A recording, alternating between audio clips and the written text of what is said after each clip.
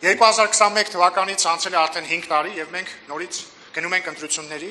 եւ մենք այս 50 հոգով ձեզ մոտ եկել ենք ոչ միայն ամենայն դեպս ես ձեզ մոտ եկել եմ ոչ միայն որպես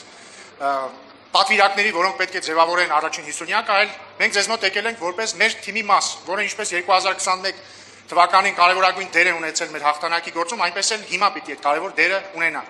Ինչի համար ենք մենք պայքարում 2021 թվականին, որպեսզի պահպանենք մեր ժողովրդավարությունը եւ որպեսզի խաղաղություն հաստատելու հնարավորություն ունենանք։ Անցել է 5 տարի, խաղաղությունը հաստատված է, ժողովրդավարությունը կայունանում է,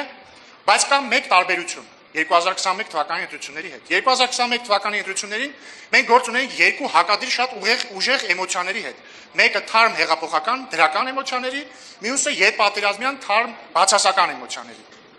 Ի տարբերություն 2021 թվականին հիմա երկու էմոցիաներն իջել են եւ մենք ստապ ընտրության առաջ ենք կանգնած։ Մարդիկ շատ ավելի կշռադատված ընտրություն են կատարելու։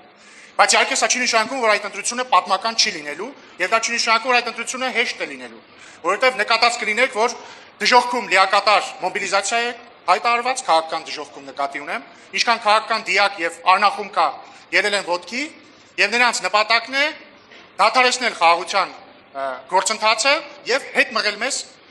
մարտի 1-ին, պայմանական ասած։ Եվ ինչ եմ ես ձեզ ուզում խնդրել այս իրավիճակում։ Ես ձեզ ուզում եմ խնդրել նաեւ ստանձնել առաջնորդություն ձեր բնակավայրերում, ձեր բակերում, ձեր փողոցներում եւ իրականում մենք կանգնած ենք մի շատ մեծ պատմական հնարավորության առաջ։ Մենք հնարավորություն ունենք այսօր 2 տարվա խաղաղությունը վերածել 100 տարվա խաղաղության։